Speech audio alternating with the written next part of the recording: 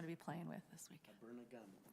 It's a non-lethal, it's a new non-lethal Self-defense weapon. type thing. Yeah, it's a non-lethal, so you can carry it, it shoots We're projectiles. live, just an sorry. FYI, so. Okay, we're turned on.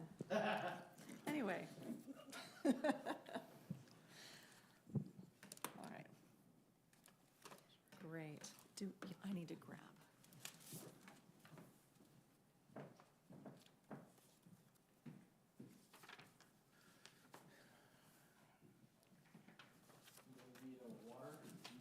Oh, I do. I meant to bring mine, because I need a lot. Should ask for two, shouldn't I?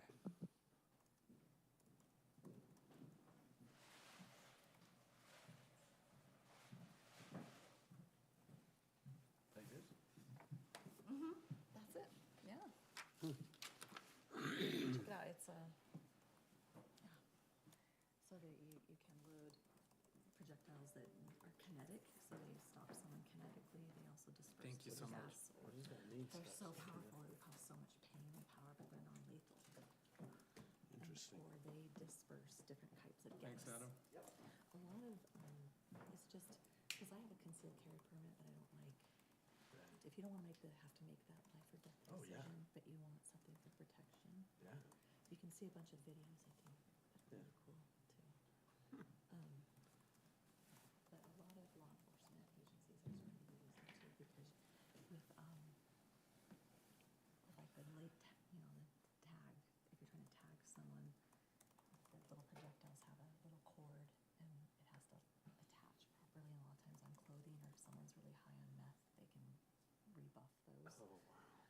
But this, It hurts a lot. it immobilizes, It hurts a lot more. and you can do it from a greater distance as well. Wow. I guess I need to get educated. Well, hello, we're all Where's the here. crowds? Okay. Where's the mobs? Where's the pitchforks?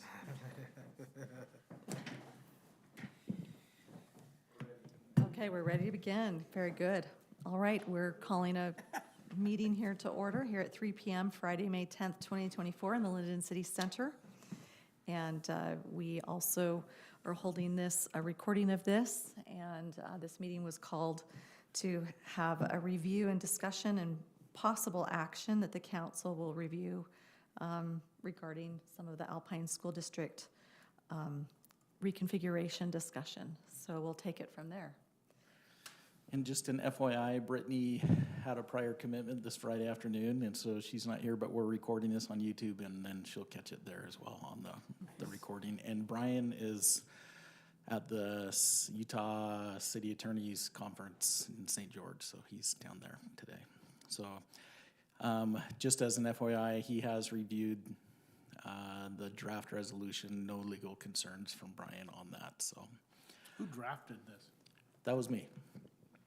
So, and I was trying, I may as well say it here before I get into it. I was trying to interpret everybody's opinions and thoughts that I had gathered over the last few days and put down just kind of some historical, what has happened in the last few weeks and what meetings have occurred. So there's a lot of whereases there. This was intended to be a draft. This has not been released publicly. So we can discuss that today, and if you want to make changes, if you're moving towards adopting something, we can do that right here in the meeting, and that's totally okay to do. And so we can draft this as we sit here if you'd like to. So this is a starting point. If it's too strong, too weak, too much, or you don't want anything at all, that's totally okay. This is just a starting point to talk about. So I do want to, just for the record on this meeting, give you a little bit of background. I've heard several questions about comparisons with the 2022 Alpine School District bond that failed. And I thought it might be helpful to start with that and just give a little bit of background. How did Lindon vote? That was a question that got asked of me the other day. So, Lindon residents vote yes. in the 2022 bond. So before I get into the vote results, this was a copy of a handout, an infographic that Alpine School District prepared And as part of this, had a lot of information about what they had done with the 2016 bond when that passed, and then what was proposed with the 2022 bond. This was the ballot language here. So this was a $595 million bond that was in proposition number 1 in November of 2022. The tax implications on this is something that didn't come up with clarity in our meetings Wednesday with the school district. So I wanted to bring your attention to this. What they had proposed in 2022 by state law requires that you have to show in the information that you put out to the public what the estimated tax increase will be. What Alpine had proposed was what you see here in the gray is their bond debts that would be dropping off by year. So 2024 is right there. So Where's your cursor, sorry? right, Okay. right there. So 2024, they're showing some debts decreasing in that gray. What they had proposed is they would layer in new debt with this 22 and 22 bond, and every couple of years, they would draw down several million more, with the intent that this structure, right here, I'm gonna highlight, this structure keeps a consistent tax rate. So their intent was, even though we're required by state law to publish this information, the estimated amount on a $500,000 residence in Utah County, in Alpine School District, to increase was $210 per year. But the way they had proposed this with their debt layering was to hold the rate, essentially. So if the bond passed, taxes would have stayed the same from Alpine School District. Since it failed, taxes will be decreasing according to that gray line. Does that make sense to everybody? So, But they have pulled some lease revenue bonds since then, so have they? I know they talked about the high school. they have done some. Okay, and so there may be some additional debt that, yeah, I don't know how much that is. But go ahead, you had a question. Where is this data? This is on their website. Okay. I can email this to you, Well, this graphic. just as we move forward, I think it's important that our public become aware of, some of this as they make these decisions going forward. Yeah, so they said again here, the district has outstanding bonds for which a tax decrease would occur upon the retirement of such bonds, which may not occur if the bonds are issued. So I think there was a perception, my recollection of that vote, that in that election cycle was taxes were gonna go up from the school district. The way they had proposed this with the layering was essentially the tax stayed approximately the same. It is technically a tax increase, but they would have just held the rate as the other debts dropped off. So I just wanted to make that clear. The other day in the meeting in Wednesday with the Alpine School District, in one of the sessions, I sat through both sessions. One of them, somebody asked about the debt layering and how dropping off of bonds would impact the numbers that they showed us. And they said, well, yeah, it would change. And so I want to just make sure that you guys understand the numbers they showed us does not include the dropping off of debt, from what I understood from his response. It was status quo, this is what would happen to your taxes, it would go up X amount. So I think there is some room for argument that the numbers they presented, if you factor in the reducing debt, won't be as heavy as what it shows. Is that, everybody okay with that? Something else that, and I don't know if this is accurate, so I think what Adam is presenting is accurate, that they did not take, that's one argument, is people are saying they're not taking into account the debt layering falling off with these numbers that they dropped more recently, or the MGT study as well. Something that I am not entirely certain if this is accurate, but it is another question out there, is when Rob Smith, the former CFO, did a district reconfiguration presentation to their board in, I think, 2021 or some prior years. He used 3 different fund reserves to calculate his numbers, and it is not clear if they're using all 3 of those same fund reserves in this current analysis that was presented Wednesday. There was the general fund, capital, and then the debt reserve fund, which is basically a cash account to service the debt. So some are saying that this latest set of numbers may not have included that 3rd account, the debt service account, cash reserve. So that's a question I have. I don't know. Which would have decreased the amount that the numbers were indicating, or it would have increased the amount? It's an available set of funding in the analysis of what they have to work with as a district. So I just wanted to bring that out. I think there is again, the perception, and again, this is a legitimate issue. Your taxes would have gone up, but for everything dropping off. So does that make sense? The debt dropping off. Okay. So $595 million was what that bond was, estimated per household, $210 a year. And to that point, Alpine School District, when they came here, Mark Clement, and they talked about some of that, they explained that pretty well before the vote went on that bond. Yeah. That things were going to be paid down as well, and the idea was to kind of keep that flat tax. And that's been consistent for literally years as they've gone through different bonds from way back. That's what their attempt was to do, was to keep things even, so nobody really noticed that, so. So results for Lindon City specifically in 2022. This is by precinct here, these numbers, and the numbers correspond, the last set of numbers correspond to this list right there. So this is those that were for the issuance of bond, 42%, those that were opposed, 57%. So this failed in Lindon by the majority, it was 57%. We had that year 68%, or in that election, a 68% turnout.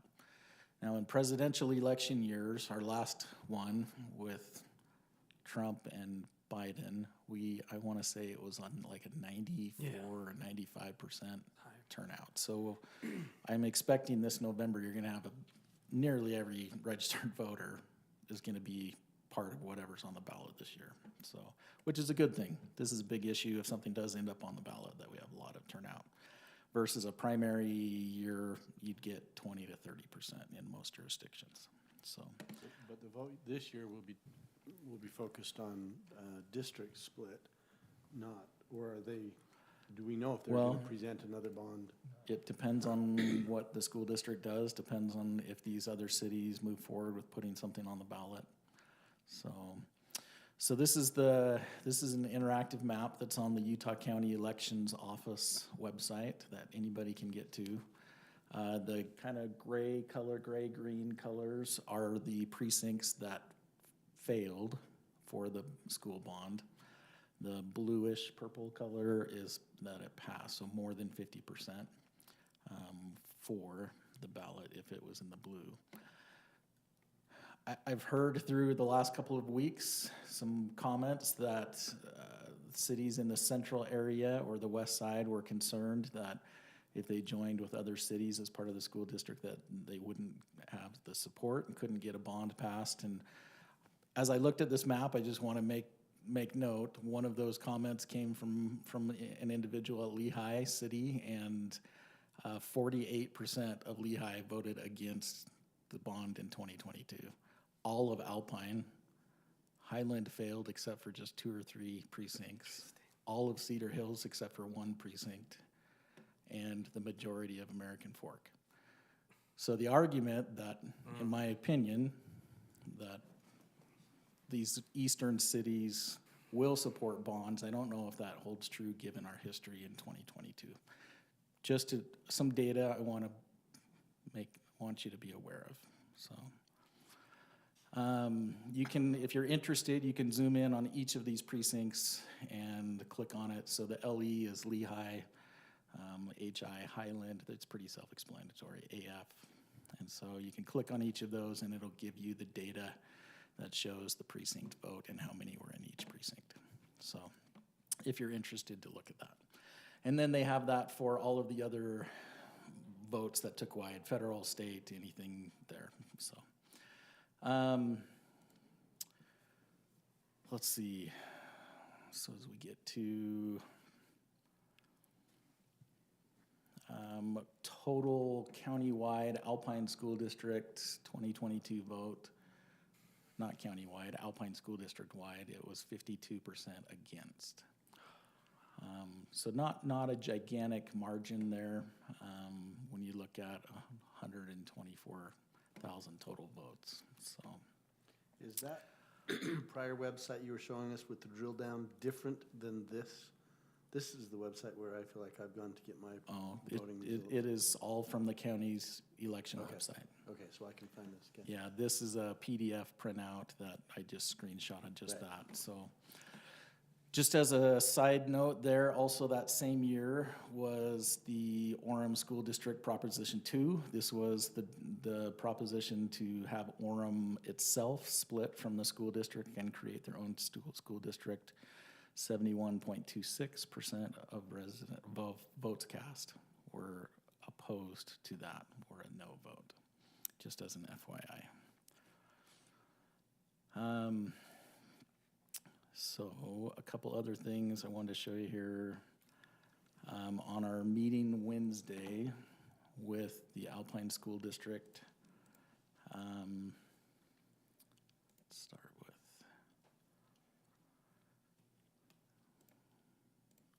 this one here. So what they had shown, they're calling the east option in their MGT study. This was the study from the consultant that they hired. And it sounds like they found some errors, some mistakes that the school district then, for Jake that wasn't there, I sent him an email with a couple bits of information. So everybody else attended one of those two sessions, but just to reiterate, so they found some omissions, some things that they felt needed to be added to this MGT study, so they were trying to add in both operations and capital improvements for the next, what I heard was 5 years or so, capital improvements. Does that ring true to everybody? Anybody pick up on that? So I'm gonna scroll back. I sat in a different spot on the first session, so these slides are skewed.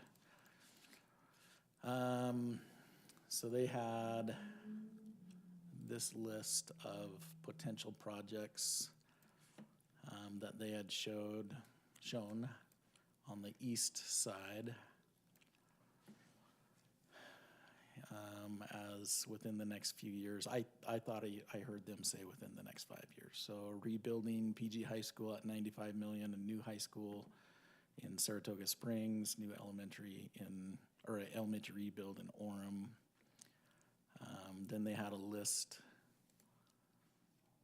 I thought they had another list that was just total projects. There it is. So this was, again, total projects. Some they had on what they called a watch list down at the bottom, which included Lindon Elementary. So that says new elementary with consolidation. So I'm assuming that was if Lindon Elementary got removed and they built a new school here. Anybody have any thoughts on that? Yes, the Anderson Farms property. Okay. So they did mention that these numbers that were on this watch section were not included in their bond estimates. So it's just the capital needs of these other two kind of groups of lists. So one item that came up that was news to me, I did not know prior to our meeting on Wednesday. So with the school district, when they draw down a bond, it is based upon the assessed value in the cities that are part of the district. And so if the district splits, the bond follows the assessed values. And so when we hear, okay, when we're gonna split a district and we're gonna divvy up assets, it's not if it's a two-way split, it's not a 50-50 split on the debt.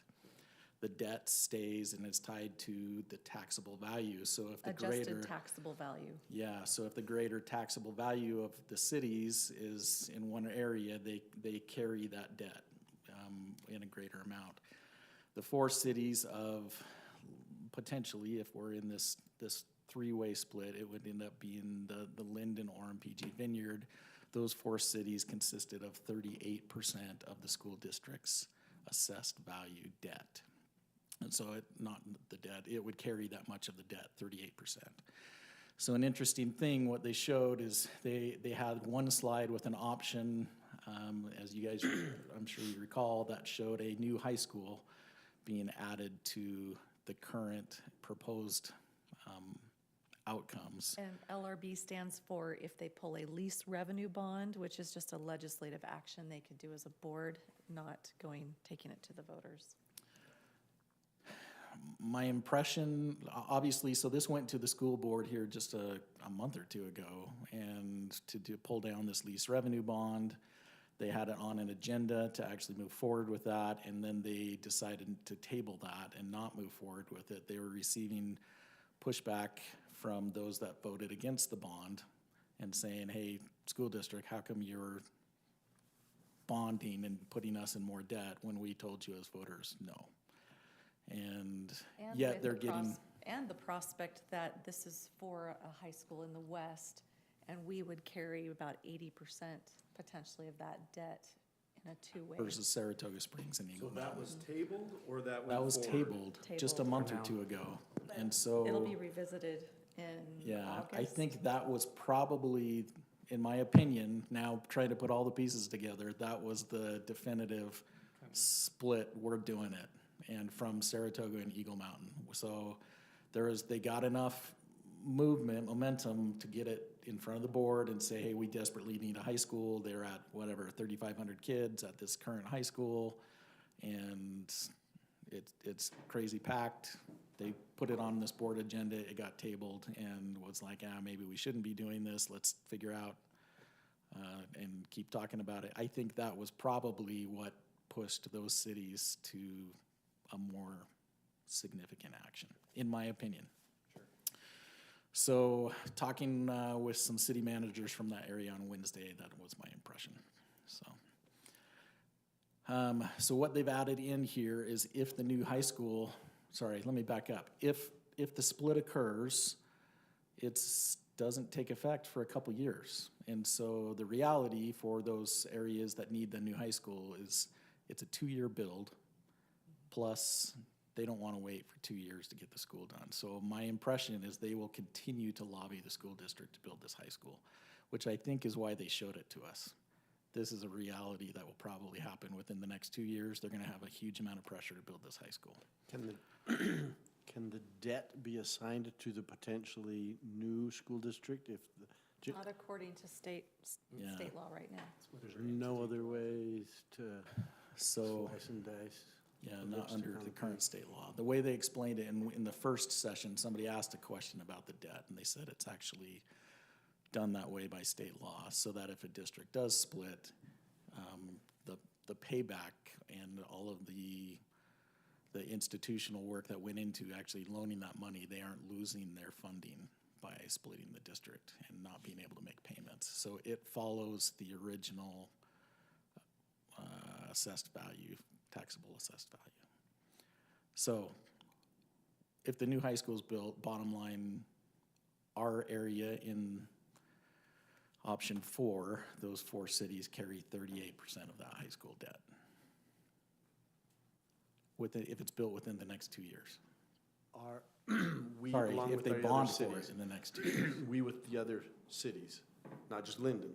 Our 4-city portion, if we end up as our own 38%. district, would still end up for the next 20 years Right. paying 38% of that high school out there. Karen, you said something about 80% of what? If we were a two-way district, then about 80% falls to, The Orem is about 80%.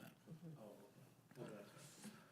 So that's really the difference with that red caveat there, the red numbers that they added. So I am jumping, this is to kind of that last slide that they showed, inclusive of a potential new high school. So what the options they showed here then, just to reiterate, you know what, I gotta try this out. Brittany got us a green laser pointer, does it show up? Hey. I can see better now. So we've got option one is one district, there's no split.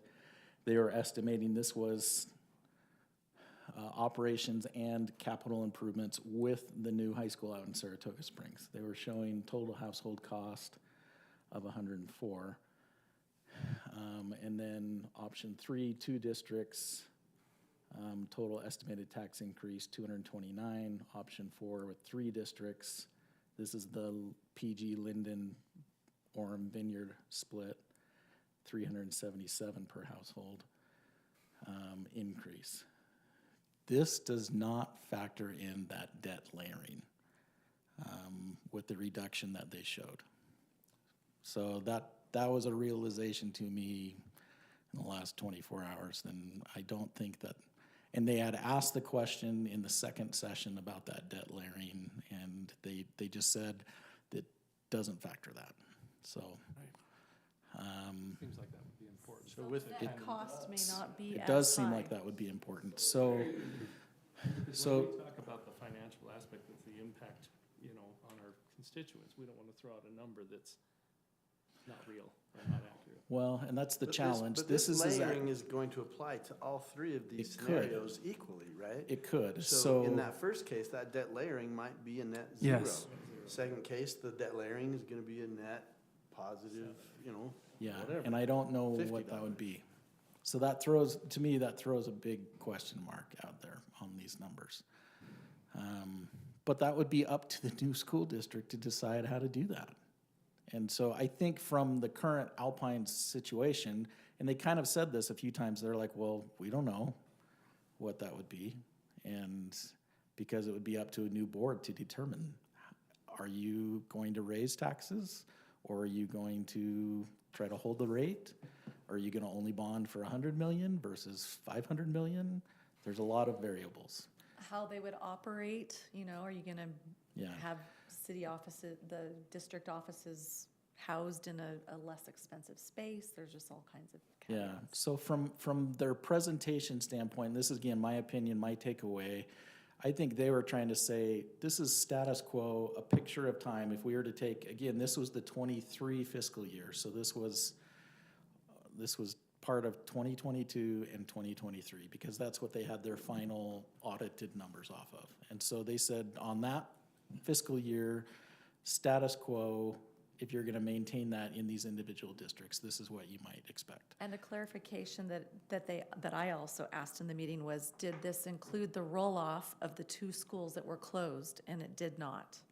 They said they have not completed the 2024 fiscal year, and so so it's not showing the operational costs that are no longer needed for the school in Pleasant Grove and Orem that were closed, the two elementaries. So it's a That's- snapshot in time. Yeah, so there's a couple million in there potentially in play as well that's no longer.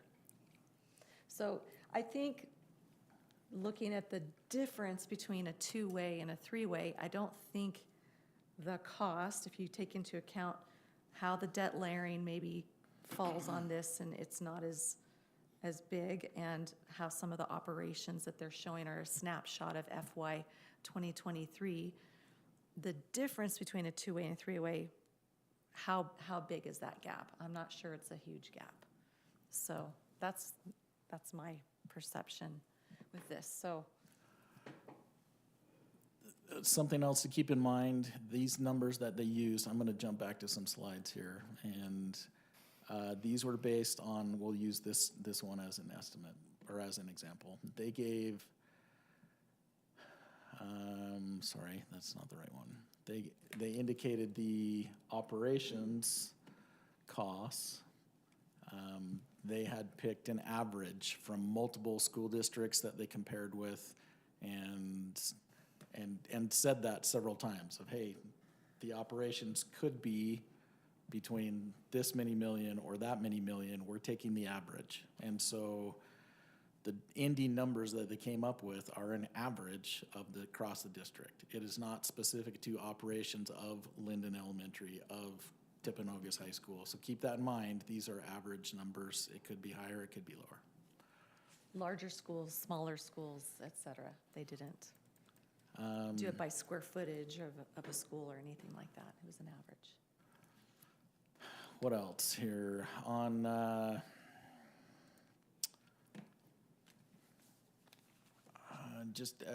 maybe the last thing before I let you guys jump into this. As a reminder, so the school board is meeting on May 14th next week.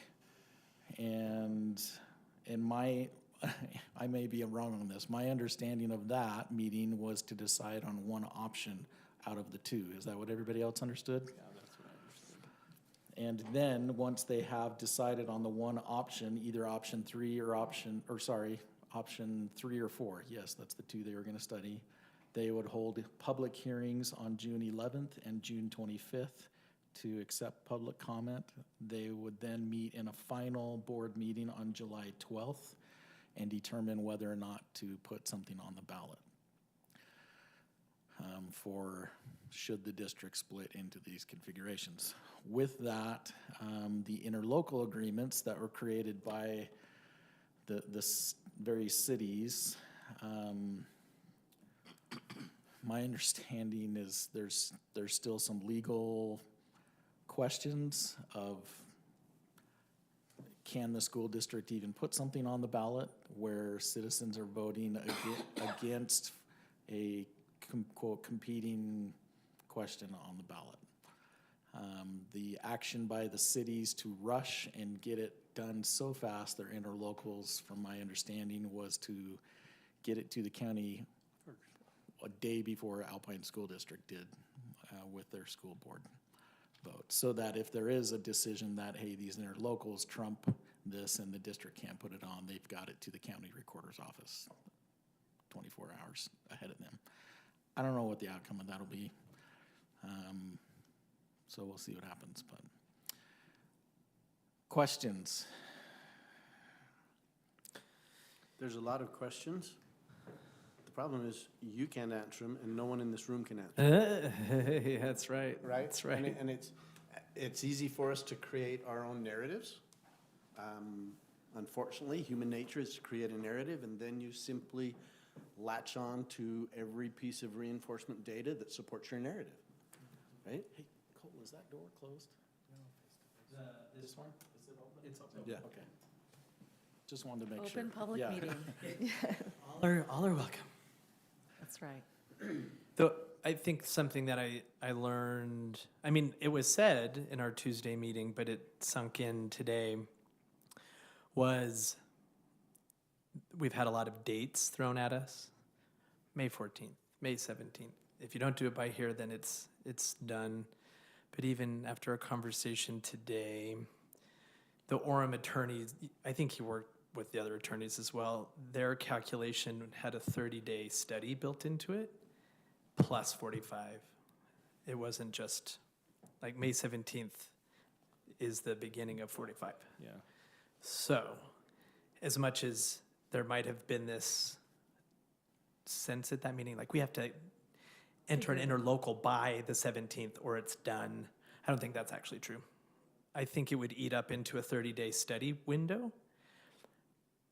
And the reality is any study that's being done right now is going to start with MGT or ASD data, like starting original data collection and cranking it out in 30 days isn't feasible anyway. So I think we actually might have even more time than was originally presented at the Tuesday meeting.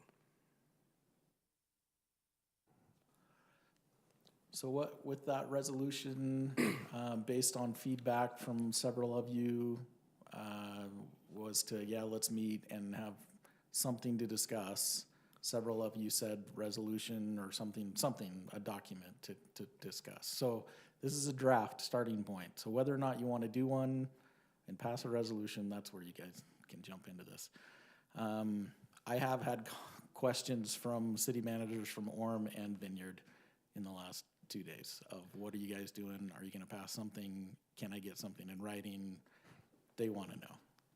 And Regarding an your interlocal? official stance stance? on whether or not you want to enter an interlocal agreement with them. Well, according to an email I got just before I got here, somebody in Orem sent me one that said Vineyard's already voted and looking to do it, which, Is That- not, there's- not correct. Not accurate. and I, To do an right, interlocal. that's why I'm saying, there's so much out there that people That's are. not accurate.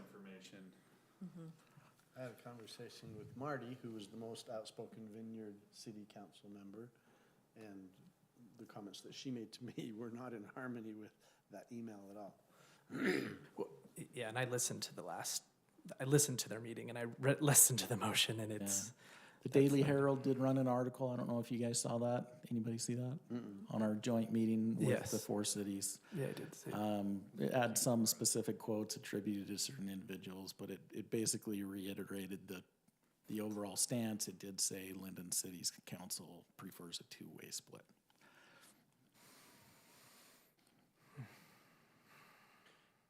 The interlocal agreement that the central cities have entered into, again, these are perceptions, right?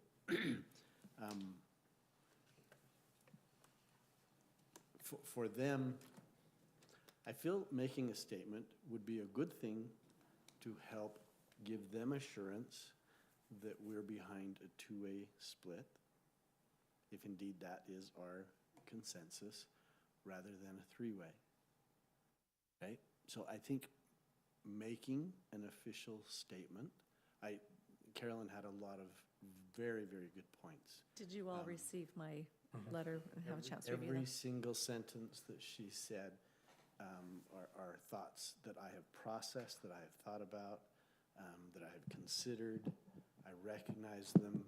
They're accurate in their, by making a statement, it could cause this, et cetera, et cetera, et cetera.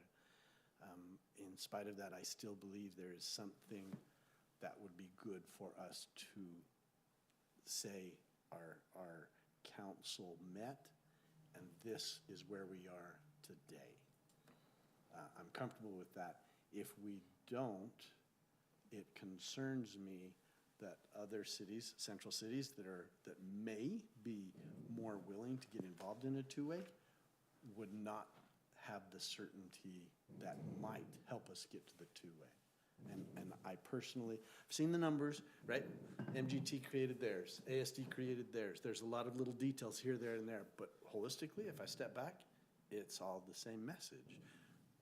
These numbers here, they're gonna all, if we do the bond layering, well, they're all still gonna be somewhat relative to each other. They're just gonna come down, and any sub-school district could change it up and could fashion it a little bit differently based on that school district. I think it's a good thing for us to have a meeting and to come out with, this is where we are today, given the information that's available. And I think that's a fair comment that you made. And talking with some of the central cities, I think one of their reasons for what they're doing to study an interlocal is it comes down to representation, not to have, a voice, to have their needs met, and also for citizens to feel like they're represented more on the local level. And so when they look at, as they're assessing 1, 2, or 3 districts, assessing, is there a value? Are we willing, to encumber a certain financial number to have that closer representation?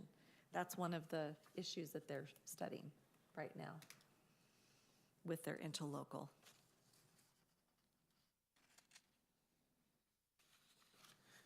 So what is the payoff for that?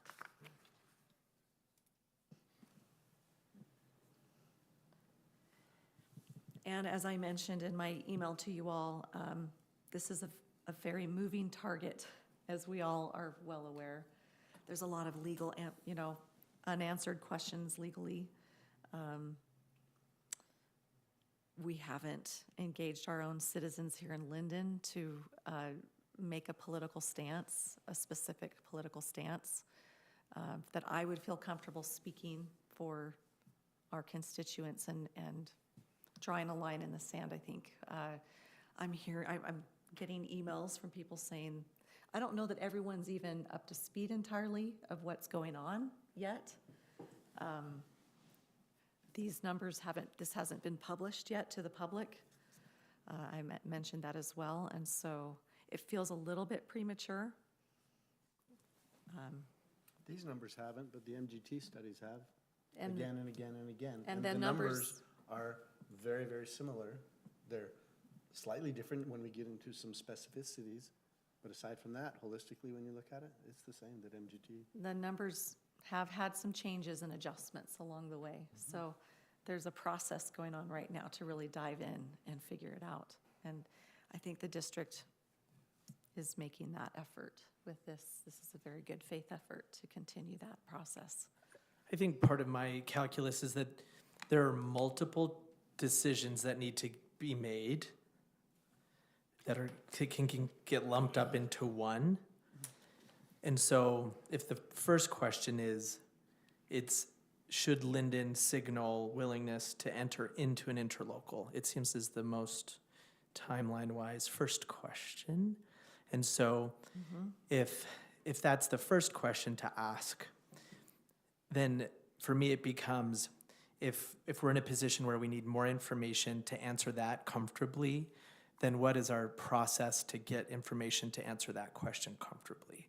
So that if the statement is, this is what we're gonna do next, so that we could answer that question if we should enter an interlocal or not.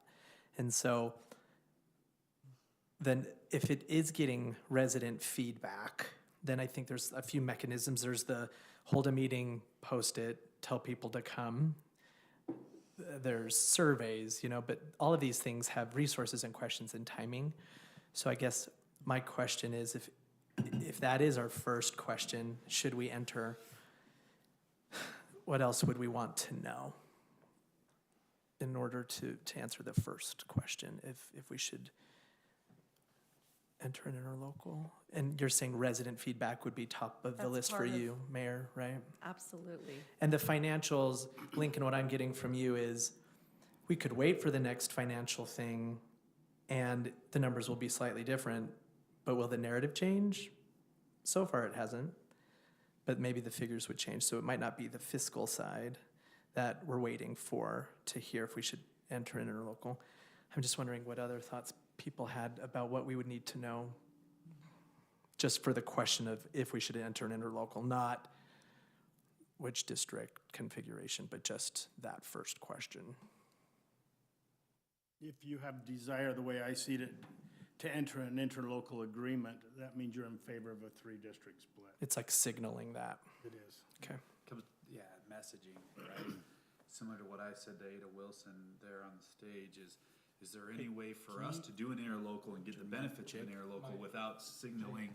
Is there any way for us to do an interlocal without signaling to you as a board and I think her answer was very clear that if we enter into an interlocal, we are signaling, we are messaging towards a 3-way split and decreasing the percentage chance that there is even a 2-way split put out by Alpine School District onto the ballot.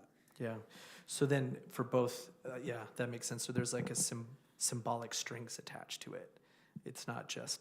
But it's interesting because Superintendent Farnworth didn't feel that strongly in that direction. No, he didn't. Didn't feel strongly He about didn't pick anything. anything. That guy is I the would very most much disagree politically- with that that was so comment, that he impressive. didn't agree with it. He didn't choose to go with anything. He simply, back to the cities. He said it "You would be should study good it to out open the on your own." dialogue. It would be good to, interlocal creates a timeline to I open didn't- the dialogue, open I the study. did not hear that from him. Do you, Yeah. so from that perspective, if the interlocal is a signal to other stakeholders that it's a step closer to wanting a 3-way district, do you feel like we have enough information to then answer the second question, which is, do Lindon residents want a 2 or 3-way district? Do you feel like you've got the data that you need to make that answer the second question? Me personally, I do. Okay. I don't know where everyone else is. You know, there's lots of points on that. How well educated is everybody? People are coming up to speed on that all the time. Everybody I've talked to is in favor of 2, not 3. Okay. That does not mean I've talked to every resident in Lindon Sure, City. yeah. And ultimately, the other thing to keep in mind is this goes to the ballot, whatever. Citizens have that opportunity in the November ballot to make their feelings known on whatever may be on the ballot, which is going to be a discussion yet to be had by other groups. Yeah. So, and those are all great points. So one thing that I'm wrestling with in my mind is, okay, so this body is hoping that ASD works on option 3. It looks like they're gonna have to narrow that down, as that's the one that was unanimous among their board. The other had a 4-3 vote for option 4 as their study. They're gonna have to decide on one. Yes, They can't do both simultaneously, most likely. and some members of the board said that 4-3 vote was, oh yeah, we ought to put it out there to see if people have any interest in it. Not that, it wasn't that they were supporting that, but they wanted to have, Some to of let them people are. have that voice. Yeah, some are supporting it, but the majority, you're right. So if one argument that I've heard, and this is just something I want to put out for discussion, I'm not advocating a 2 or a 3. I'm trying to stay open to whatever process gives our citizens the best access to have their voice at the ballot box. So if the district, let's assume they pick an option to put on the ballot, and then the county says, this can't be certified to go to ballot because it's competing with the interlocals in the central and the west that now preempt, their ballot initiatives preempt ASD doing something across the 14 cities. If they're out of that, then our citizens have nothing on our ballot to vote up or down, yes or no on. Where some are arguing an interlocal at least puts us in the game. Only if they want option for 3 districts. We could message that that's not, we can message that this is to create time and to keep that as a possibility. I disagree with that Because strongly. interlocal can be dissolved. An interlocal does not necessarily mean that it's gonna go to ballot. But that's not the way perception is. And yes, you can Anyone's- message, but we all know messaging during elections is very, very, very, very difficult. But there is the To make possibility. an action where you form an interlocal agreement, that is a message that will be heard and Well, cause there- the. if you read some of the emails that are coming from people today, they're saying, give the voters more options to weigh in. The loud, angry people, yes.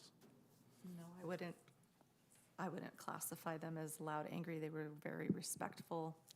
Some have emails. been. You're right. So, You're right. and Some this have is an been. emotionally charged issue. So I would just present to you, if ASD cannot put something on the ballot, then the voters could come to us and say, why didn't you do an interlocal? At least at that point, we could have had it on our ballot. We could have said no, yes, no. We could have had a voice. So let's say we did form the interlocal, and let's say they had that on the ballot. And we And discover if they- ASD and if can they- put theirs. And if they elected no, But the 2 others said yes. it doesn't matter. They really don't. If they elect yes, right? There is no outcome that is, if ASD is blocked from putting their 2-vote initiative on there, then whatever we put, a yes or a no vote isn't going to change anything. There is one exception, and that is the central group. If they were to change their mind and didn't put something on, then Or The it vote. failed. Or if it failed, if the other 2 failed and our voters said, it's like Van said, it's like, if they really want to have the smaller district, then absolutely, because then they could have it regardless of what other people did if they wanted it. But you're right. It's like if they said no, it's like one of the only times that a majority would vote no and not get what they wanted. Yeah. You're like, wait a minute, Thanks for that vote. we said no. Yeah, so it's like a constrained choice and then a strange outcome. So it is hard. That is a hard thing. Everything that you said in your email, I agree with the messaging of what you were saying, but it doesn't change my feelings of what's important, what's of value in letting them have the vote on the 1 district, 2 district, and helping That's what them support. we're on the same page there of letting the citizens have education and weigh in. So what's the best way The to do chance that? of an interlocal agreement is 0. Plain and simple. In our In 4 the cities. East group is 0. I'm fine, but Say more to that, Van. That's from, tell me more about that. You're At from our joint Yeah. meeting where Pleasant Grove said, we are united and we are not. do it, and then your read of what Ormond Vineyard is at. Yeah, Well, the PG is out. Right. So now the chance to do one, even if you wanted to, and I don't, It'd it's be- impossible. Though it would be smaller. It'd be Lindon, Ormond Vineyard. It sounds like, if anything. Which, then I'm more strongly Yeah. against. Yeah. and I had a unique view because I was looking at it kind of from the audience view at home and through Zoom. From an audience view with a lot of static, is that? At the beginning. Didn't hear my introduction. It was really static. It was really interesting to kind of watch body language, hear what's being said, and know that, and what Van just said, I don't know about 0%, but we already have one. We talk about an interlocal with the East.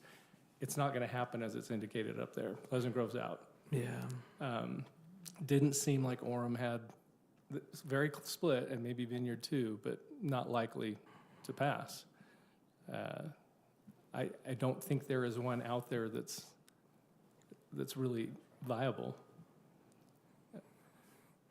So maybe just figuring out, okay, if that's kind of the case too, not just about what we want, but what's the reality of what's out there and possible, then we need to look at, what do we do if there's no interlocal agreement, because it just couldn't happen, not just for us, Right. but for others. And I would kind of respond with, this is a way that we provide a voice for Lindon with what we do here now. I agree with that comment. And I think the next question after that, if we agree on that comment, is what is the appropriate voice to represent Lindon, right? Yes, we could go out and do surveys and polls and whatever else to try and understand the thoughts and sentiments. I trust that the communication that I have had with various individuals, and you have had, and you have had, and you have had, and you have had, even from your bed, can represent what's going on. If we had a night where we said, okay, everybody come and share your feelings, everybody who is passionate about a 3-way is going to come running, and those who are fine with the 2-way won't. The loudest group is going to, I don't think we'll have an accurate representation of the city any better than we have right now, than the residents. Based off of the collective conversations we've had with people. Yeah. Yeah. And I've talked to people in all 3 camps. In this city, there are people in all 3. Some don't see a reason for a split at all. And they've expressed that. Some have the 2-way and some have the 3-way. That may be one of the things we do need to know, regardless of whether we're going to interlocal or not, is where do we stand? And how do you collect that information? And how do you make sure it's a representative sample of, Lindon residents? Yeah. Part of the process that Alpine School District has gone through as well, and is still going through, is they know they can't put all 7 or 6 options out there.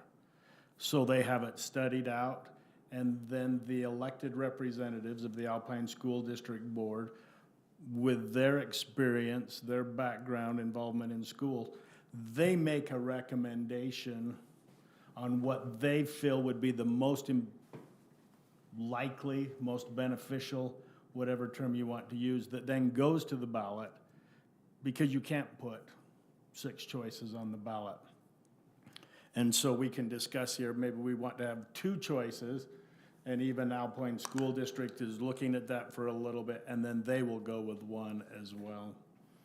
And so there's a reason why we don't give all those choices. It's just too difficult. You make your voice known during all the public hearings and the meetings that Alpine School District has done. What was the number of people they had to respond to there? I don't remember, they had 11,000 comments, but I don't know the total number of people. And even still, then you take 11,000, that's a big number, and there's just under 90,000 students. And then you have their parents, it starts to be pretty big numbers.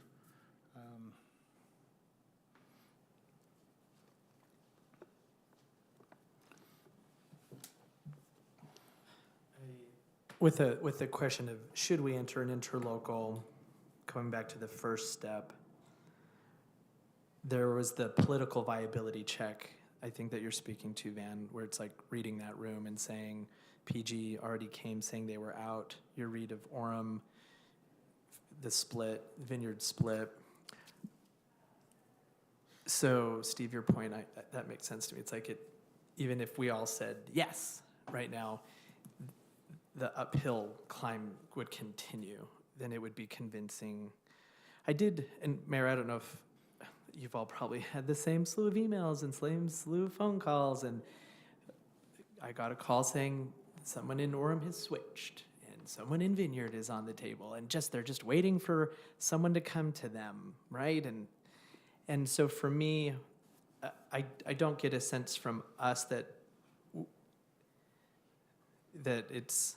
we're strong enough in that direction to pull that off even here, to be the strong one to say, hey, Orem, Vineyard, and we'll do it without PG. You know, that scenario, Van, I'm hearing you say is like a dead in the water, you know? Yeah, and I want to point out the other part. I'm in favor of the 2 split. Right, just not the 3. And so the other part that I point out is even if we persuade ourselves that I just don't think that's an option. One of The the 3-way, or the interlocal. You say it's The interlocal for a 3-way split, which is what that interlocal means if it's Pleasant Grove, Orem, Vineyard, Sure. and Lindon. considerations that Carolyn didn't include in your email that I have processed was, what if the West hadn't entered into an interlocal agreement?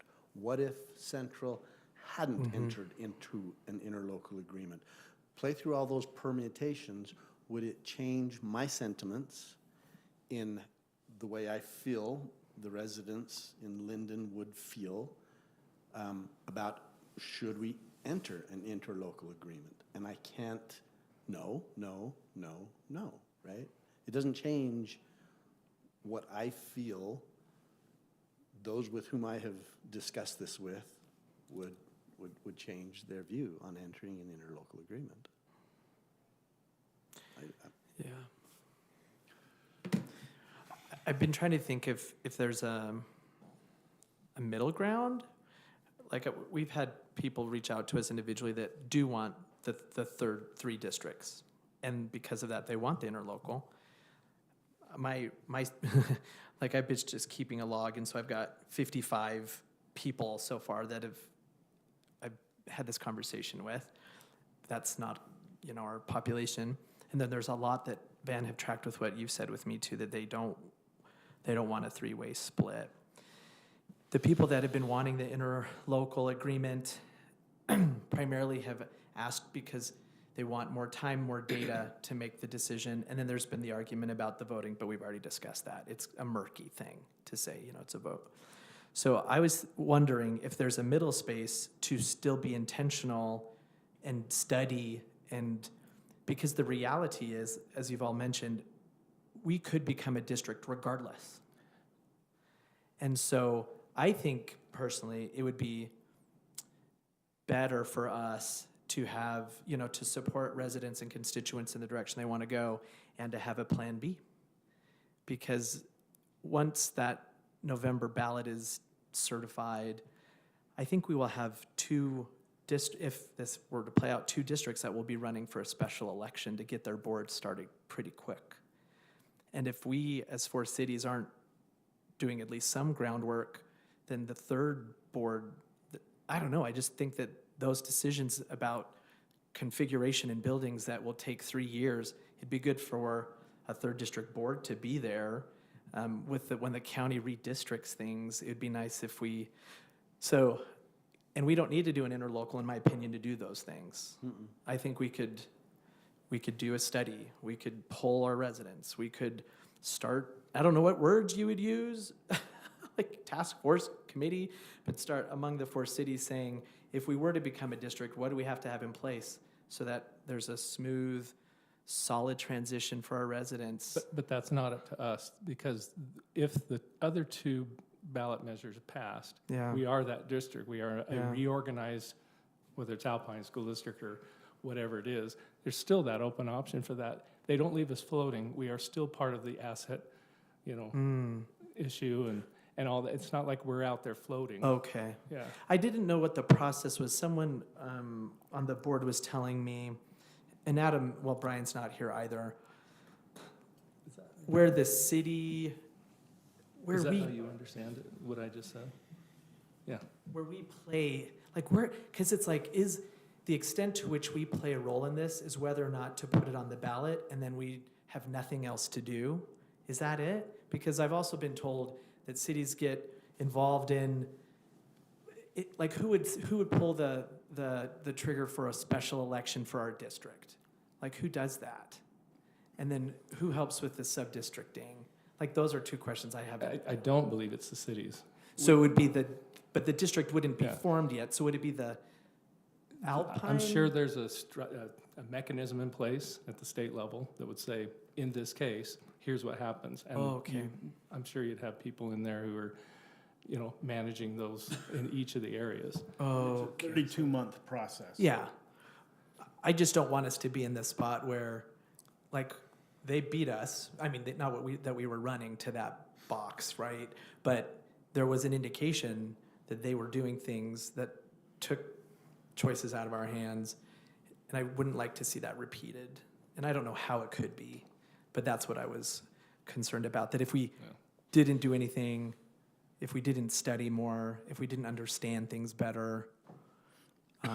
Anyway, so I guess where I was thinking is if there's a way to get information to engage residents without an interlocal, I would be open for that. I would be open for conversations. The downside would be is if we found out that 95% of our residents were like, we actually want a 3rd district and you didn't give us the chance, and we were like, well, you still have a chance actually. They will have a chance to vote. You're like, or even if you don't get a chance to vote, if the other 2 go through, you would get what you want. Anyway, but so there's a part of me that I do have a desire to try, because if they're wanting more data, more understanding, I'm up for that. I'm up for all that. Something to keep in mind with But we with don't all have of this, and money again, or- this is my interpretation of everything, my understanding. Once a decision is made to put something on the ballot, that ends the period of time that the city can advocate for or against a ballot measure. You as elected officials, you can say all you want, do all you want. But the city cannot expend money or funds or anything to support or oppose a ballot measure. So once we pass that time frame, we could say, yeah, we're studying something, but I don't think we could go out and then try to influence the outcome of Because of that. But we could spend money studying. ahead of time. Yeah, Oh, you ahead could of spend time. money studying, but I don't think then you could say, hey, public, we found that you shouldn't vote for this. You could say, we spent money on this study and here's the results.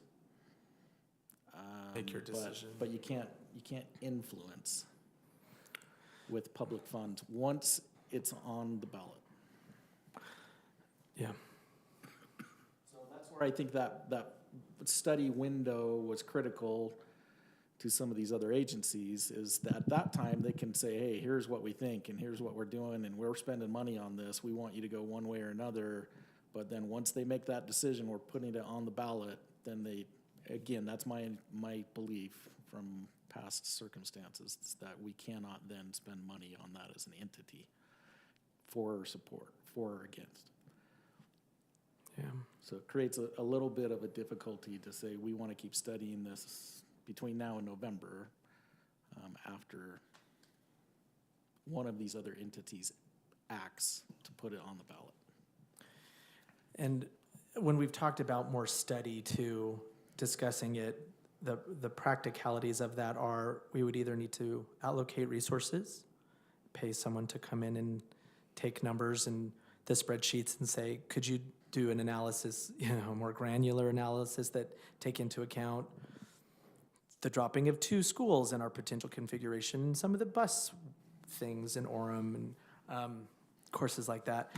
But I don't know how much money and if there's someone that could do that for us too. So I think there's some practical things about I think you the would study. partner with Alpine School District, who is already expending resources and is continuing to gather data. So As far as trying to do it on our own, yeah, I I think like this is all the game of phone tag, right?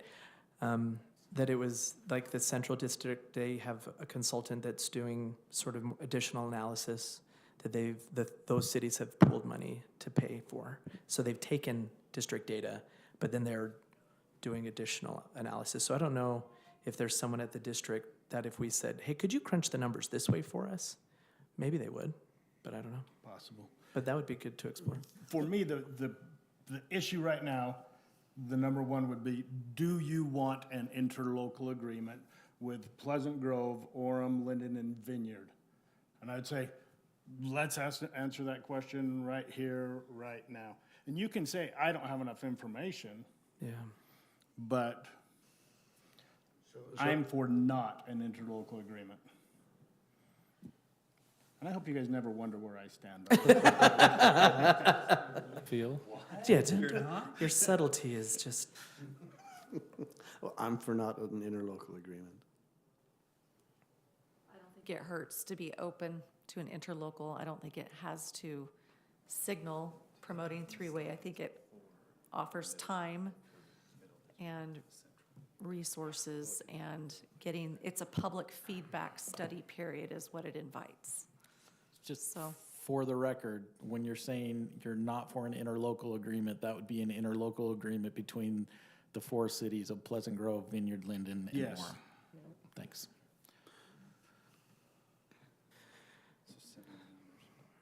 I mean, they still have, sorry, my pictures are this. As well. You're not for it. Not as well. And I'm just so curious. I'm curious how the residents of the central cities will react to the three-way split. I mean, all the data is indicating an increase in your property taxes. For what? What are you getting? In my opinion, less resources, less specialties, competition among teachers, so maybe less a poorer education, perhaps, maybe competition increases that, who knows? You get more representation. And I think that's a key, and I think for Lehigh, that's enough. We want more representation. But to the tune of your property tax bill going up 15 to 20%, and again, there's asterisks on that, but it's pretty clear from all the data, a three-way split is the most expensive. And I'm just, seeing how we shot down the bond.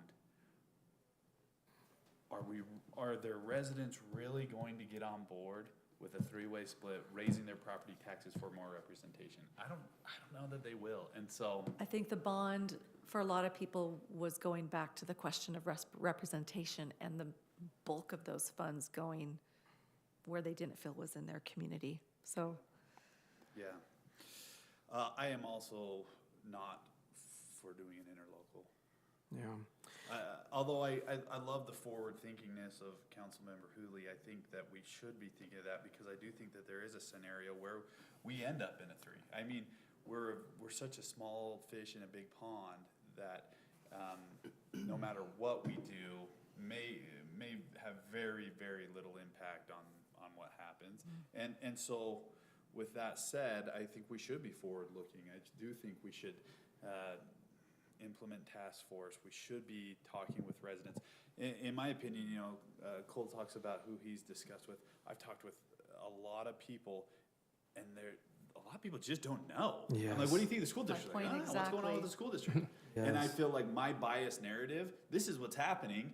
They're like, oh yeah, we got to go with a two-way split. Well, yeah, because I just explained it to you that way. And that's exactly why I'm not comfortable with the draft as it's the language in the draft at this moment. So with that said, I think unless we want to continue to discuss an interlocal, I think we probably move on from there. Let's go on to the resolution discussion unless there's additional information. that Are we you wanna saying where discuss. you're at, Cole? Yeah, so for me, when I've been going through the interlocal, just with that question, for me, I had a similar read of that room where there isn't really political viability, even if, maybe if it was the opposite and all 5 of us were super excited about it, maybe that would have tipped a few. But I mean, clearly that's not where we're at, right? So I don't think it's politically viable. I think fiscally, I think the numbers will change, but I think you're right about the pattern. And then when I see the representation numbers not changing much for Lindon from the east, from a two-way 0.3 reps to the smaller district to 0.5 reps for Lindon. So when I add up all that, and the majority of residents have saying they're wanting, if a split 2, that would lead me to say that an interlocal would be taking a step away from what a 2-district split would be for them. So I would probably line up and say that interlocal wouldn't be wise. The one moment that gives me hesitation is I would feel that my hope for a both, because we have a sizable number of people that really feel strongly about this, I wonder where their win is. And if it really is that we can't do anything, or we're not going to study anything, we're not going to do anything, then I feel for them. I'm like, why can't we do something for them too? Even though, anyway. So if that's tied to interlocal, that's a big price tag to tie to the interlocal. So I would love it if we could think of another thing to help those residents feel like they have a voice, still feel like we're still studying it and being thoughtful. But sorry, so a paragraph answer instead of a sentence like Vance. No to interlocal? That's where I would lean. Okay. I think we have a clear But I do expression think there. the next question that Did you say it? Okay. Jake brought up is good. Now it's just a matter of, okay, well, if that's where that question is, now do we say something? And if we do, what is that? Because for me, the next question has to do with management of relationships. Exactly. Because we're No matter what happens here, and there's multiple things that can happen, I want us to be friends with everybody. And that Yes. we're in a cooperative mode. 100%. And that we make things work. And I think all of the, at our meeting where we had the 4 cities there, everybody's passionate about the students and want the best outcomes. There may be disagreements on how to get there, but everybody wants the best for the students and for the citizens. There's no doubt in my mind about that. There's not like there's somebody, I'm gonna do this to be nefarious or something. Everybody wants the best solution. My biggest regret in that meeting is I shared my comments, but I didn't share any comment about other council members and mayors being in there. But I heard it from others, right? How much they appreciated everyone's willingness to talk, everyone's willingness to work together. If it does come out that it's a 3-way split, we 4 cities, everyone was looking forward to being able to work more closely, because right, it's my same sentiments, right? Really good, really impressed with so many comments from so many that I've even followed up with in the ASD meeting afterwards. It's a great group of cities and people that are involved in the planning of those cities. Yeah. So whatever this document ends up being, I hope that that's the, not only our goal, but how it lands, so that it doesn't, because these will be the people that we will work with anyway. So, and I've been told, no one's received this, right? But, Right, and that's, I think, probably our next step is to assess this, say, is this the way we want to message? Is this what we want to message? And do we need to message at all? That's what I was just going to Right. ask those And that's, questions. we've got to focus there now. We're where we are. Yeah. So now let's kind of get to where, So let me jump in. I think that's a good point, is probably your next step. Do you even need a resolution? There will be a message. The message that, I mean, I've been asked, Right. tell me what your council does. So the message is right now, it's unanimous. All 5 of our voting council members do not want an interlocal. right? With the It East, can, with what? the East group. Because. With the East, yes. So we can leave it at that, but there will be a message. So I just want to make sure that's clear. And then, I mean, I I'm think that is sending the an discussion email. though, is can we leave it with that, or do we add a message to it, or do we go as far as having this? Official document. Want resolution. to encourage something that we send to the school board? Do you want to influence them in any way? As I That's noted, interesting. right now, maybe the best thing to do is to continue the dialogue, continue the good relationships, continue learning. The numbers are changing, the legal interpretations are changing, continuing the dialogue, I think, in my opinion, is the best way to be. I think it's a little premature to make an official political stance. I would kind of agree with agree. that. What Adam just said, I think is really important though. Send a message to the school board what our preference is. I They think meet that on could- Tuesday. I wish, well, we'll be at the police, Oh, yeah. we'll be at the, You can always Police write Department and awards call ceremony. and text. Yes. yeah, I like what you were both saying, where there's other channels to convey some of that, and keeps us in an open position to continue to get information to then, before saying, this is our stance, as far as, I don't know. Yeah, so I think both I of those. think we've accomplished the purpose of this meeting in deciding where we want to go with an interlocal. Interlocal.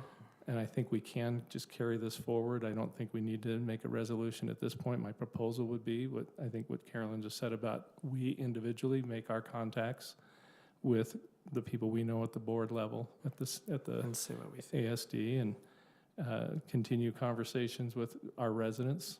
You And know, as things it's- are clarified, then we could then choose to enter it more forward. And as we get do we want to have any resident engagement that we want to trigger and initiate? Before you leave that Yeah. thought, if on Tuesday Alpine School District says we are voting for whatever proposal it is that when we then, that it's going on the ballot, or does it have to go to the ballot before? No, you- that's- My understanding, that's when they're choosing between option 3 and option 4. And then it goes to And public open input. public feedback. Continue to study and take public So we comment. can still have So if you want as a option city, you could have a 3, position still.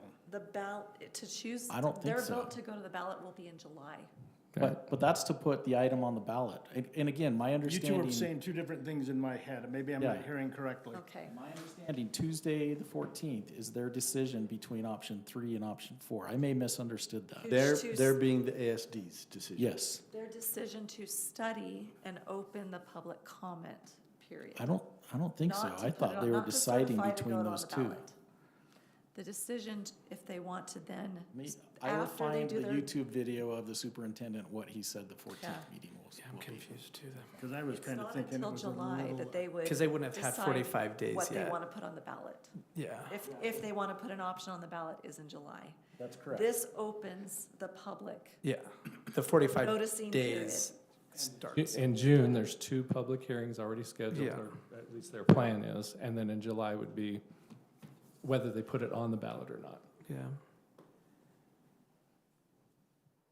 And likewise, the other interlocals are in that same process. yeah. So, similar timeline. Yep. So, you collectively could talk me out of voting for the resolution if, just like we did with the interlocal agreement, we had what is our standing on the two-way split, and we had a formal, council declaration of where we stand on the two-way split. You could talk me out of the resolution. I still think the resolution is valuable. Say a little bit more, the value, is it value in? This is a perception. I have not talked to the city council members in the central organization, in the central group. I will, right? I'm acquainted with several of them from different cities, and I will reach out to them and I will ask, so what's the real sentiment? I recognize the information that I've gotten says you unanimously voted to form an interlocal agreement, but I'll talk to them and ask them what the real sentiment was. Were you doing this out of a reaction? Were you doing this out of fear? I have heard through Adam that they did form that out of a concern that a bond wouldn't pass with the East group. Adam's got some very important data.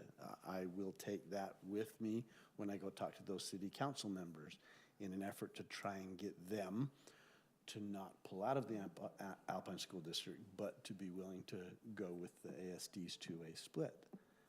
I would love in those conversations to say, here is the resolution we passed, so that they have even more confidence that Lindon City Council, right? The population can still vote the way the population votes. A vote is a vote. But as a council, we'd really support this unified Are district we on this making side. enough of a statement, just as some of you felt an interlocal was a signal of favoring three-way? I would venture to put forward that not doing an interlocal signals two-way is your Sure. preference right now. We're signaling Right. by not taking action, just as we would by taking action. I think that's right. There's a I symbolic. think it is a signal, absolutely. A message of sorts. The strength of the message maybe is what's debated. Here's what I'm measuring. I think a resolution would send a very, very clear message. We are in favor of a two-way split. And honestly, as a city council, it might be the only thing we can do to send that message. And, 3-4 months from now, when we're a three-way district split, will we have regrets for not pushing harder for a two-way split? We might, because when it boils right down to it, all our citizens' property taxes will be going up, and we will have had some part in that. What I'm measuring it against is the contempt and the ill will I see from our sister cities. I just really struggle. Hey, welcome, Lundbergs. Got some public clamor right here for y'all. Put him on the spot, put him at the I table have and his have car him give his keys. opinion. The last thing he needs to know is opinion. Come on now. Wait, why do I have this? We're leaving you in my car. Oh, you don't need to leave your car, I have a vehicle. Oh, wait. Wait, no, you took the wrong one. I'm so confused.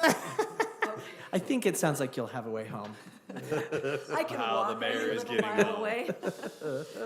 away. Here's what I'm weighing against. I honestly struggle with our sister cities and the contempt that I see from their citizens to their elected officials to the city on both of our sister cities. I struggle with that, and I see the cancer it is to their cities. You look at Facebook; they can't even post us having a four council meeting without toxic comment after toxic comment, and it's so frustrating. And I do not want to be dragged into that. And I think that Lindon City has always taken the high road. We have always stayed above that. We've had citizens that are like, oh, I'm going to create this Facebook page to bash on the Lindon City Council. They have it, and it never gets any traction. And I think that's representative of our great city. And I don't want this to be the thing that finally drags us into the mud. And so that's what I'm weighing. You know, man, I see it in both of our sister cities. They're both, you know, they've both struggled, and this is a highly charged, highly emotional decision. And so I'm weighing what's more important: us doing what we feel is right. And I sensed, I thought that perhaps we were more united in the 2-district split is 100% the way to go. The data is pointing to that. That's what we got to do. So we got to go all in. I don't know that that's exactly where we're all at. And because of that, maybe a resolution isn't the best, because it puts the mayor in a difficult position. Us knowing where she stands, that's a tough thing to sign, force her to sign on our behalf. So just to clarify that, Brian did look into that. In state statute, it says typically the mayor, as our CEO, would sign documents, agreements, contracts, ordinances, these sorts of things, except in the mayor's absence or refusal. It says refusal in the statute. And so in that case, the mayor pro tem signs documents. Comfortable with that at all? I agree. That would only feed the narrative. And so Exactly. unless we're unanimous on a resolution, I would say that I'd probably be a little bit hesitant. Honestly, a resolution, while I support what's said here, and while those are the conversations I'm having, because I think that's what's best for Lindon. I think what's best for our citizens is a 2-way split, from the information that I've received, knowing that it does have an asterisk by it with the changes that are coming forth. With that said, I'm not willing to you know, whether or not this resolution moves the needle at all, to the danger that it puts us in of you know, damaging our city from a contempt level. I just worry about that. So that's kind of where I'm at. Here's some thoughts. There are timelines for sure in all of this. There are more urgent timelines if we are trying to put something that could go potentially to the ballot. And from what we just decided, we are not. That was the most urgent timeline, is your point. Right, yeah. So now if we want to do a resolution, it doesn't have to be today. Right. It could be today. We could say, let's watch and see what happens on May 14th when the Alpine School District actually votes and what they do. We can listen to, participate in, encourage people in their public hearings that Alpine School District will hold. And at any point, we could provide a resolution from the council, or we could not do anything. Yeah. So if you want, you can say, hey, if I want more data, if I want more input, I can see what Alpine School District's going to do. And at any point in the process, before it goes to the ballot, and you can no longer take that stand. So I think that's an option as well. Yeah, that both of what you said jives with me in the sense of the dueling purpose, helping retain. I think even just by us saying we're not interested in interlocal, we've just incited a group, you know. I mean, that we just crossed that threshold. But there's still some choices here to not crank up the heat. And so I'd be open. So I don't know if the technical maneuver is to, I don't know, deny this or continue this, but it's like, we could even do this in July when ASD makes a determination to put something on the ballot and then say, this is what we want. Because like Steve said, I also have residents that don't want to split. That they look at the numbers and they're like, actually, I'll pay that bond now because it's the cheapest thing on the, you know, and so. A lot of people feel that way, whatever's cheapest. And so it could be even premature to say a split at all. I do think there's a lot of sentiment behind a split, more so than not. But because of that, I would also be inclined to wait on a resolution, personally. All right, so I'm hearing wait, Wait. action, wait. Is that correct? Mm-hmm. All right. Certainly, I would follow up with, at some point, I would like us to do something. For sure.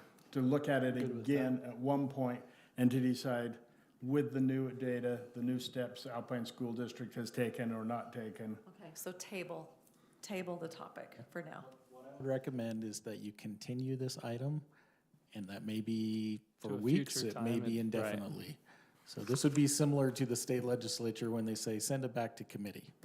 I mean, this is, I would recommend you just continue this, so you're not approving or denying, because that could be interpreted differently too. So I would just continue this item. Does that mean you need a motion to continue? I would need a motion. Have the number. Are we sending anything on the interlocal? I will be sending an email saying a straw poll of the city council was That's not, unanimous. see, our purpose here is to deal with this resolution, so that's all this is the only thing we need But I to. think we've given our city manager a What he clear needs. direction. If people ask you, where's your council at, you can say Yep. unanimously, they've, Yeah, The resolution is part of it. The actual noticed item is the city council will review information and identify their position on the Alpine School District split through the resolution, but Yeah, so that's, So we're kind of some. continuing any action Right. of a resolution statement. Make a motion that we continue Resolution 2024-14-R. All right, we have a motion by Councilmember Jacobs. Do we have a second? Second? Seconded by Councilmember Stewart. Any further discussion? All right, we'll call the vote. All in favor? Aye. Any opposed? All right. I'd entertain a motion to adjourn. Motion to adjourn. before you do, I love you guys. I hope you know that. Adam, And, you know Such a what? great I was group. thinking, sitting here, the governor's disagree better initiative, we need to post this meeting as an example of that. So, you don't a good job. feel bad in all the effort that you put I in on know. the resolution. I because don't. That's I- my job. I and that's greatly okay. appreciate it. I think we voted Likewise. to continue because we would like to send that message at some point. We appreciate you putting in the legwork on this and Oh, that yeah. presentation as well. Very, very good information. So We'll thank keep you. talking about it, I'm sure. So, Absolutely. now you can adjourn. Not have a second to adjourn. Are y'all wanting to hang out Second. all day? Second. Steve seconded. We have a motion to adjourn by Councilmember Broderick, seconded by Councilmember Stewart. All in favor? Aye. Fantastic. Thank you for coming in the middle of your workday for this. Wait. All right. I don't know. It's a Friday, right? interesting. But, sorry, I was impressed that you. I'm glad you did. I don't know if that's.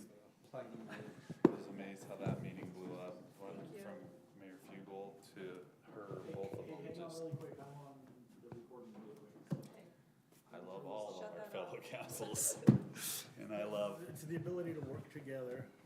Oh, it is, it's so important. You guys are great. I think about thanks, You're like such a good